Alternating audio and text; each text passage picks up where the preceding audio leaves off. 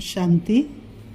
21 अप्रैल 2025 प्रातः मुरली ओम शांति बाप दादा मधुबन। आज बाबा ने सुनाया, मीठे बच्चे, बाप आया है तुम्हें करंट देने, तुम देही अभिमानी होंगे। बुद्धियोग एक बाप से होगा तो करंट मिलती रहेगी। मीठे बच्चे, बाप आया है तुम्हें करंट देने, तुम देही अभिमानी होंगे। बुद्धियोग एक बाप से होगा तो करंट मिलती रहेगी। आज की मुरली से बाबा ने प्रश्न किया, सबसे बड़ा आसुरी स्वभाव कौन सा जो तुम बच्चों में नहीं होना चाहिए? सबसे बड़ा आसुरी स्वभाव कौन सा है जो तुम बच्चों में नहीं होना चाहिए? उत्तर, अशांति फैलाना। ये है सबसे बड़ा आसुरी स्वभाव। अशांति फैलाने वाले से मनुष्य तंग हो जाते हैं। वह जहाँ जाएंगे वहाँ शांति फैला देंगे। इसलिए भगवान से सभी शांति का वर मांगते हैं। आज की मुरली से गीत बजा, ये कहानी है दिए की और तूफान की, निर्बल से लड़ाई बलवान की। ओम शांति। मीठे मीठे सिकीलते बच्चों ने गीत की लाइन सुनी। गीत तो ये भक्ति मार्ग का है, फिर उनको ज्ञान में ट्रांसफ़र किया जाता है और कोई ट्रांसफ़र कर ना सके। तुम्हारे में भी नंबरवार पुरुषार्थ अनुसार जान सकते हैं दीवा क्या है, तूफान क्या है। बच्चे जानते हैं आत्मा की ज्योति उजाई हुई है। अब बाप आए हैं ज्योति जगाने के लिए। कोई मरते हैं तो भी दीवा जलाते हैं, उसकी बड़ी खबरदारी रखते हैं। समझते हैं दीवा अगर बुझ गया तो आत्मा को अंधियारे से जाना पड़ेगा। समझते दीवा बुझ गया तो आत्मा को अंधियारे से जाना पड़ेगा। बाबा कहते इसलिए दीवा जलाते हैं। अब सतयुग में तो ये बातें होती नहीं, वहाँ तो सोजरे में होंगे। भूख आदि की बात ही नहीं, वहाँ तो बड़े माल मिलते हैं। यहाँ है घोर अंधियारा, छींची दुनिया है ना। सब आत्माओं की ज्योति उजाई हुई है। सबसे जास्ती ज्योति तुम्हारी उजाई हुई है। बाबा कहते सबसे जास्ती ज्योति किसकी उजाई हुई है? तुम बच्चों की। खास तुम्हारे लिए ही बाप आते हैं। प्यारे अपने परम धाम को छोड़ के, प्रेम में नेम अपने सभी तोड़ के, आप बाबा है आए हमारे लिए, स्वर्ग सौगात लाए हमारे लिए। तो बाबा किसके लिए आते हैं? हम बच्चों के लिए परम धाम छोड़ करके आते हैं। तो खास तुम्हारे लिए ही बाप आते हैं। तुम्हारी ज्योति उझा गई है। अब करंट कहाँ से मिले? बच्चे जानते करंट तो बाप से ही मिलेगी। करंट जोर होती है तो बल्ब में रोशनी तेज हो जाती है। तो अभी तुम करंट ले रहे हो बड़ी मशीन से। देखो बॉम्बे जैसे शहर में कितने ढेर आदमी रहते हैं। बाबा कहते बॉम्बे जैसे शहर में कितने ढेर आदमी रहते, कितनी जास्ती करंट चाहिए? ज़रूर इतनी बड़ी मशीन होगी। ये है बेहद की बात। सारे दुनिया की आत्माओं की ज्योति बुझी हुई है, उनको करंट देना है। मूल बात बाप समझाते हैं, बुद्धियोग बाप से लगाओ, देही अभिमानी बनो। कितना बड़ा बाप है। सारी दुनिया के पतित मनुष्यों को पावन करने वाला सुप्रीम बाप आया है सबकी ज्योति जगाने। सारी दुनिया के मनुष्य मात्र की ज्योति जगाते हैं। बाप कौन है, कैसे ज्योति जगाते हैं, ये तो कोई नहीं जानते। उनको ज्योति स्वरूप भी कहते हैं, फिर सर्वव्यापी भी कह देते हैं। ज्योति स्वरूप को बुलाते हैं क्योंकि ज्योति बुझ गई है। साक्षात्कार भी होता है अखंड ज्योति का। दिखलाते हैं अर्जुन ने कहा, मैं तेज सहन नहीं कर सकता हूँ, बहुत करंट है। तो अब इन बातों को तुम बच्चे अभी समझते हो। सबको समझाना भी ये है कि तुम आत्मा हो। आत्माएं ऊपर से आती हैं। पहले आत्मा पवित्र है, उनमें करंट है। बाबा कहते उनमें करंट है, सतो प्रधान है। गोल्डन एज में पवित्र आत्माएं हैं, फिर उनको अपवित्र भी बनना है। जब अपवित्र बनते हैं तब गॉड फादर को बुलाते हैं कि आकर लिबरेट करो। तब कहते हैं बाबा आओ आकर लिबरेट भी करो, पावन भी बनाओ, यहाँ से शांति धाम ले चलो, शांति का वर दो। अब बाप ने समझाया है यहाँ शांत में तो रह नहीं सकते, शांति तो है ही शांति धाम में। सतयुग में एक धर्म एक राज्य है तो शांति रहती है, कोई हंगामा नहीं। यहाँ मनुष्य तंग होते हैं अशांति से। एक ही घर में कितना झगड़ा हो पड़ता है। समझो स्त्री पुरुष का झगड़ा है तो माँ बाप बच्चे भाई बहन आदि सब तंग हो पड़ते हैं। अशांति वाला मनुष्य जहाँ जाएगा अशांति ही फैलाएगा, क्योंकि आसुरी स्वभाव है ना। अभी तुम जानते हो सतयुग है सुखधाम, बाबा कहते वहाँ सुख और शांति दोनों हैं, और वहाँ परम धाम में तो सिर्फ शांति है। उनको कहा जाता स्वीट साइलेंस होम। मुक्ति धाम वालों को सिर्फ इतना ही समझाना होता है। तुमको मुक्ति चाहिए ना तो बाप को याद करो। बाबा ने कहा मुक्ति के बाद जीवन मुक्ति जरूर है। पहले जीवन मुक्त होते हैं फिर जीवन बंधन में आते हैं। आधा आधा है ना, सतो प्रधान से फिर सतो रजो तमो में जरूर आना है। पिछाड़ी में जो एक आधा जन्म लिए आते होंगे वह क्या सुख दुख का अनुभव करते होंगे। तुम तो सारा अनुभव, बाबा ने कहा तुम तो सारा अनुभव करते हो, सुख का भी तो दुख का भी। जो अंत में आते वो क्या सुख दुख का अनुभव करेंगे। तुम जानते हो इतने जन्म हम सुख में रहते फिर इतने जन्म दुख में होते हैं। फलाने फलाने धर्म नई दुनिया में आ नहीं सकते, उनका पार्टी बाद में है। भल नया खंड है उनके लिए जैसे कि वह नई दुनिया है। जैसे बौद्धि खंड क्रिश्चियन खंड नया हुआ ना, उनको भी सतो रजो तमो से पास करना है। झाड़ में भी ऐसे होता है ना, आहिस्ते आहिस्ते वृद्धि होती जाती है। पहले जो निकले वह नीचे ही रहते, देखा है ना। नए नए पत्ते कैसे निकलते हैं, छोटे छोटे हरे पत्ते निकलते रहते हैं, फिर बोर फूल निकलता है। नया झाड़ बहुत छोटा है, नया बीज डाला जाता है ना, उनकी पूरी परवरिश नहीं होती तो सड़ जाता है। तुम भी पूरी परवरिश नहीं करते हो तो सड़ जाते हैं। बाप आकर मनुष्य से देवता बनाते हैं, फिर उसमें नंबरवार बनते हैं। राजधानी स्थापन होती है ना, बहुत फेल हो पड़ते हैं। बच्चों की जैसी अवस्था ऐसा प्यार बाप से मिलता है। कई बच्चों को बाहर से भी प्यार करना होता है। कोई कोई लिखते बाबा हम फेल हो गए, पतित बन गए, अब उनको कौन हाथ लगाएगा। वह बाप की दिल पर चढ़ नहीं सकते। पवित्र को ही बाबा वर्षा दे सकते हैं। पहले एक एक से पूरा समाचार पूछ पोता मेल लेते हैं। जैसी अवस्था वैसा प्यार। बाहर से भल प्यार करेंगे, अंदर जानते हैं ये बिल्कुल ही बुद्धू है, सर्विस कर नहीं सकते। ख्याल तो रहता है ना, अज्ञान काल में बच्चा अच्छा कमाने वाला होता है तो बाप भी बहुत प्रेम से मिलेगा। कोई इतना कमाने वाला नहीं होगा तो बाप का भी इतना प्यार नहीं रहता। तो यहाँ भी ऐसे है, बच्चे बाहर में भी सर्विस करते हैं ना। भले कोई भी धर्म वाला हो उनको समझाना चाहिए।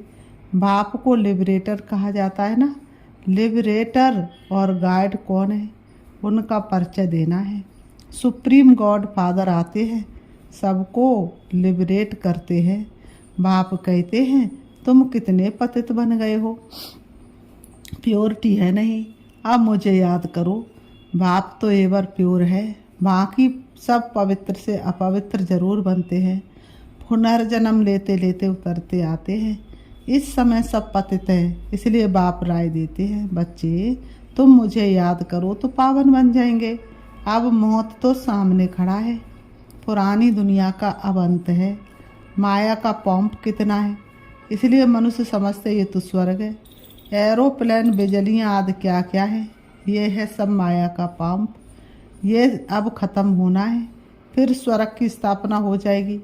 ये बिजलियाँ आदि सब स्वर्ग में तो होते हैं, अब ये सब स्वर्ग में कैसे आएंगे। ज़रूर जानकारी वाला चाहिए ना। बाबा कहते ज़रूर जानकार वाला चाहिए ना, तुम्हारे पास बहुत अच्छे अच्छे कारीगर लोग भी आएंगे। वह राजाई में तो आएंगे नहीं, फिर भी तुम्हारी प्रजा में आ जाएंगे। इंजीनियर आदि सीखे हुए अच्छे अच्छे कारीगर आएंगे। ये फैशन सारा बाहर विलायत से आता जाता है, तो बाहर वालों को भी तुम्हें शिव बाबा का परिचय देना है।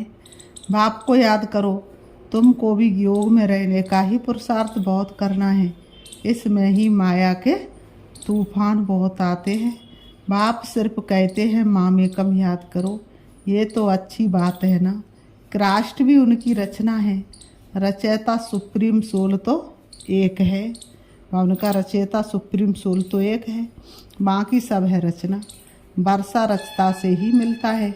ऐसे ऐसे अच्छी पॉइंट जो है वह नोट करनी चाहिए। ऐसी अच्छी अच्छी पॉइंट जो है वो बुद्धि में नोट करनी चाहिए। बाप का मुख्य कर्तव्य है सबको दुख से लिबरेट करना। वह सुख धाम और शांति धाम का गेट खोलते हैं। उन्हें कहते हैं ये लिबरेट, दुख से लिबरेट कर हमें शांति धाम सुख धाम ले चलो। जब यहाँ सुख धाम है तो बाकी आत्मा शांति धाम में रहती है। हेवन का गेट बाप ही खोलते हैं। एक गेट खुलता है नई दुनिया का, दूसरा शांति धाम का। अब वो जो आत्मा अपवित्र हो गई हैं उनको बाप श्रीमत देते हैं। अपने को आत्मा समझो, मुझे याद करो तो तुम्हारे पाप कट जाए। अब जो जो पुरुषार्थ करेंगे तो फिर अपने धर्म में ऊंच पद पाएंगे। उनका जो पुरुषार्थ करेंगे, भले ही ज्ञान नहीं सुनेंगे, बाप को याद करने का पुरुषार्थ करेंगे तो अपने धर्म में ऊंच पद पाएंगे। पुरुषार्थ नहीं करेंगे तो कम पद पाएंगे। अच्छी अच्छी पॉइंट्स नोट करो तो समय पर काम आ सकती हैं। बोलो शिव बाबा का ऑक्यूपेशन हम बताएंगे तो मनुष्य कहेंगे ये फिर कौन है जो गॉड फादर शिव का ऑक्यूपेशन बताते हैं। बोलो तुम आत्मा के रूप में तो सब ब्रदर्स हो। फिर प्रजापिता ब्रह्मा द्वारा रचना रचते हैं तो भाई बहन होते हैं। गॉड फादर जिसको लिबरेट गाइड कहते हैं उनका ऑक्यूपेशन हम आपको बतलाते हैं। ज़रूर हमको गॉड फादर ने बताया, हमें भी किसने बताया है? गॉड फादर ने बताया है, तो हम भी आपको बताते हैं। हमारा ज्ञान नहीं, ये स्वयं भगवान का ज्ञान है, तब आपको बताते हैं। सन सोज फादर वह भी समझाना चाहिए। आत्मा बिल्कुल छोटा स्टार है, इन आँखों से उनको देखा नहीं जा सकता। दिव्य दृष्टि से साक्षात्कार हो सकता है। ना आत्मा को कोई देख सकता, ना परमात्मा को कोई देख सकता है। बिंदी है, देखने से फायदा थोड़ा ही हो सकता है। बाप भी ऐसी ही बिंदी है। बाबा कहते हैं उनको सुप्रीम सोल कहते हैं। सोल एक जैसा ही है परंतु वह सुप्रीम है, नॉलेजफुल है, ब्लिसफुल है, लिबरेटर और गाइड है। उनकी बहुत महिमा करनी पड़े। ज़रूर बाप आएंगे तब तो साथ ले जाएंगे ना, आकर नॉलेज देंगे। बाबा कहते बाप ही बतलाते आत्मा इतनी छोटी है, मैं भी इतना हूँ। नॉलेज भी ज़रूर कोई शरीर में प्रवेश कर देंगे। आत्मा के बाजू में आकर बैठूँगा, मेरे में पावर है। आर्गन्स मिल गए तो मैं धनी हो गया। इन आर्गन्स द्वारा बैठ समझाता हूँ। इनको एडम भी कहा जाता है। एडम है पहला पहला आदमी, मनुष्यों का सिजरा है ना। वह माता पिता भी बनते हैं, इनसे फिर रचना होती है पुराना परंतु एडॉप्ट किया है। नहीं तो ब्रह्मा कहाँ से आया? ब्रह्मा के बाप का नाम कोई बताए? ब्रह्मा विष्णु शंकर ये किसकी रचना है? बाबा ने कहा किसकी रचना तो होगी ना, रचयिता तो एक ही है। बाप ने तो इनको एडॉप्ट किया है। ये इतने छोटे बच्चे बैठ सुनाए तो कहेंगे ये तो बहुत बड़ी नॉलेज है। उनका छोटे बच्चे अगर बैठ सुनाए तो क्या कहेंगे कि ये नॉलेज तो बहुत बड़ी है। जिन बच्चों को अच्छी धारणा होती है उन्हें बहुत खुशी हो रहेगी, कभी उबासी नहीं आएगी। कोई समझने वाला नहीं होगा तो उबासी देता रहेगा। यहाँ तो तुमको कभी उबासी नहीं आनी चाहिए। कमाई के समय कभी उबासी नहीं आती है। ग्राहक नहीं होंगे, ठंडा धंधा ठंडा होगा तो उबासी आती रहेगी। यहाँ भी धारणा नहीं होती है। कोई तो बिल्कुल समझते नहीं क्योंकि देह अभिमान है। देही अभिमानी हो बैठ नहीं सकेंगे, कोई ना कोई बाहर की बातें याद आ जाएंगी। पॉइंट्स आदि भी नोट नहीं कर सकेंगे, सुरूढ़ बुद्धि झट नोट करेंगे। ये पॉइंट्स बहुत अच्छी है। स्टूडेंट्स की चलन भी टीचर को देखने में आती है ना। सेंसिबल टीचर की नज़र सब तरफ फिरती रहती है, तब तो सर्टिफिकेट देते हैं। पढ़ाई का, मैनर्स का सर्टिफिकेट निकालते हैं। कितना अपसेंट रहा वह भी निकालते। यहाँ तो बल प्रेजेंट होते परंतु समझते कुछ नहीं। बाबा ने कहा धारणा होती नहीं। कोई कहते बुद्धि ढल है, धारणा नहीं होती। बाबा क्या करेंगे, ये तुम्हारे कर्मों का हिसाब किताब है।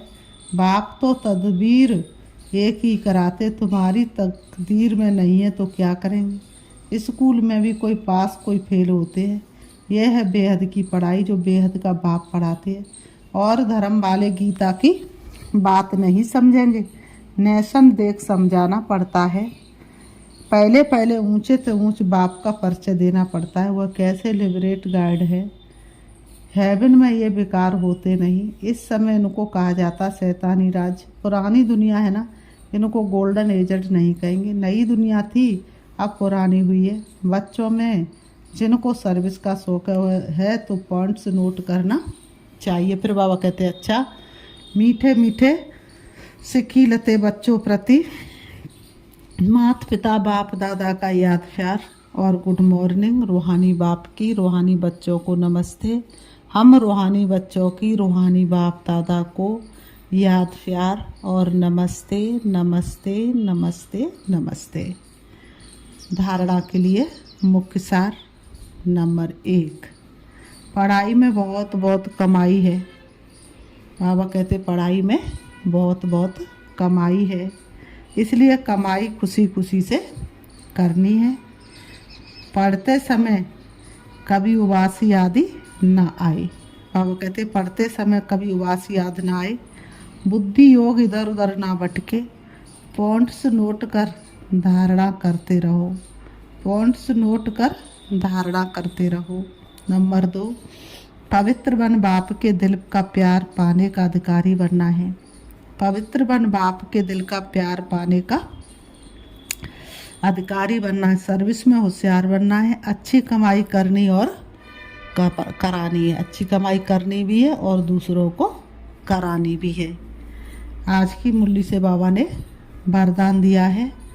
मर्जी व जन्म की स्मृति से सर्व कर्म बंधनों को समाप्त करने वाले कर्म योगी भव। मर्जी व जन्म की स्मृति से सर्व कर्म बंधनों को समाप्त करने वाले कर्म योगी भव। स्पष्टीकरण है, ये मर्जी व दिव्य जन्म कर्म बंधनी जन्म नहीं, ये कर्म योगी जन्म है। इस अलौकिक दिव्य जन्म में ब्राह्मण आत्मा स्वतंत्र है, ना कि परतंत्र। ये देह लोन में मिली हुई है। सारे विश्व की सेवा के लिए पुराने शरीरों में बाप शक्ति भरकर चला रहे हैं। सारे विश्व की सेवा के लिए पुराने शरीरों में बाप शक्ति भरकर चला रहे हैं। जिम्मेवारी बाप की है, ना कि आपकी। बाप ने डायरेक्शन दिया है कि कर्म करो। आप स्वतंत्र हो। चलाने वाला चला रहा है, कराने वाला करा रहा है, करनहार हम किए जा रहे। इसी विशेष धारणा से कर्म बंधनों को समाप्त कर कर्मयोगी बनो।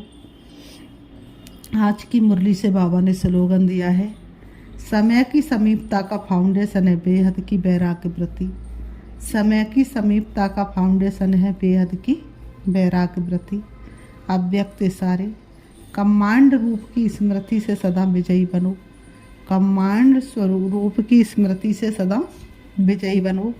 जितना जितना याद में रहेंगे उतना अनुभव करेंगे कि मैं अकेला नहीं, लेकिन बाप दादा सदा साथ है।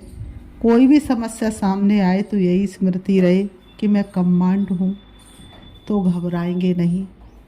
कमांड रूप की स्मृति से कोई भी मुश्किल कार्य सहज हो जाएगा।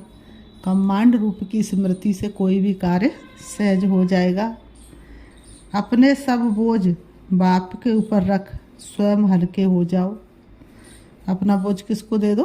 बाप को दे दो, तो सदा अपने को खुश नसीब अनुभव करेंगे और फरिश्ते के समान क्या करेंगे? नाचते रहेंगे।